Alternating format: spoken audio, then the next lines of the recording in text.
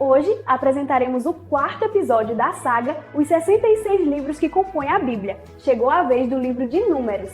Se ligue na história e se inscreva no canal.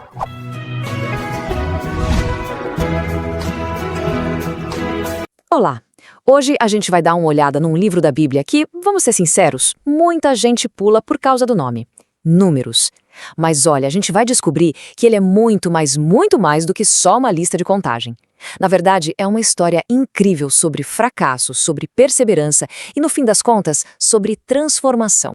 Então, a primeira pergunta que todo mundo faz é essa, né? Por que um livro da Bíblia se chamaria Números? Parece meio, sei lá, sem graça.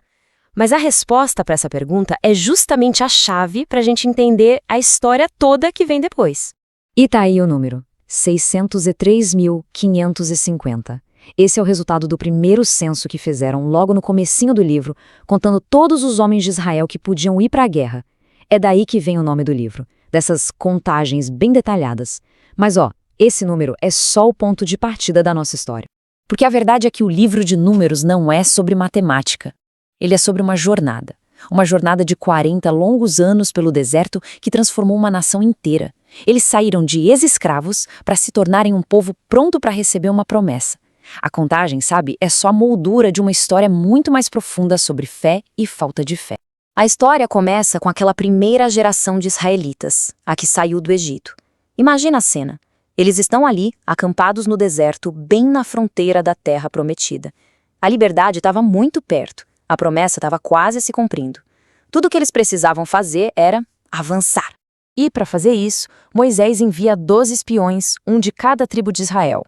A missão parecia simples, bem direta. Entrar na terra, ver como ela era, dar uma olhada na força do povo que morava lá e voltar com um relatório para todo mundo se preparar para a conquista. E é aqui que a história tem uma virada daquelas. Quando os espiões voltam, eles trazem duas visões totalmente opostas da mesma terra. 10 deles focam só no medo. Falam de gigantes, de como eles se sentiram pequenininhos, como gafanhotos, mas outros 2, Josué e Caleb, chegam com um relatório cheio de fé, falando como a terra era boa e que eles podiam sim vencer, porque Deus estava com eles. A nação inteira teve que escolher em qual história acreditar. E, que tragédia, eles escolheram o medo. A reação do povo foi de pânico, de rebelião, querendo voltar para o Egito. A consequência dessa falta de fé foi imediata e bem dura. Aquela geração foi proibida de entrar na Terra Prometida. Essa decisão dá o pontapé inicial para a segunda grande parte do livro. O que era para ser uma viagem curta, vira uma jornada de 40 anos pelo deserto. Isso não foi só um castigo, sabe? Foi um tempo necessário para, digamos, zerar o sistema. Um tempo para que uma nova mentalidade pudesse nascer.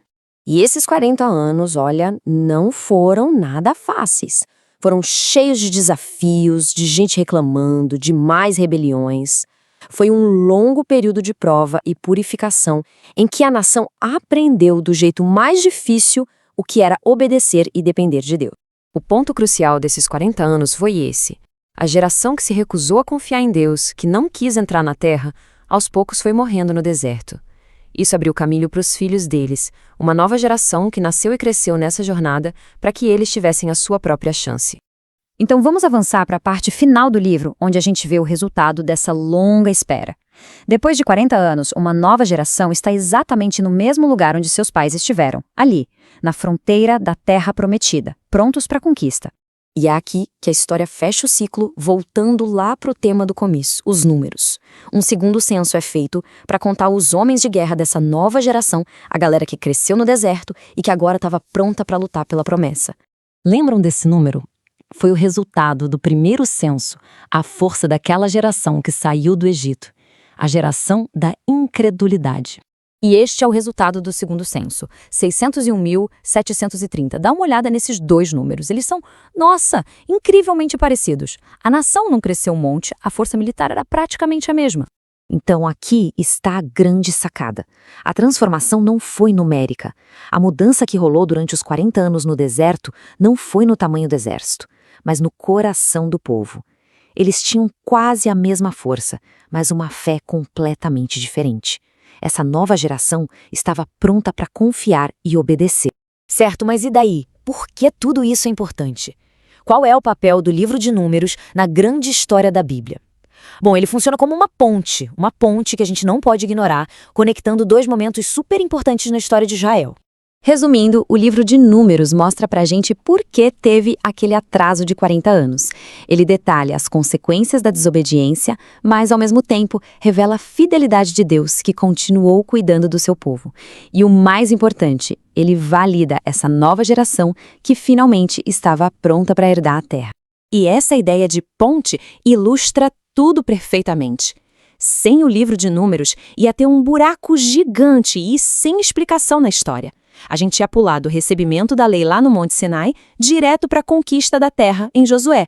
Números é a ponte que preenche essa lacuna, explicando toda a jornada de transformação que tornou a conquista possível.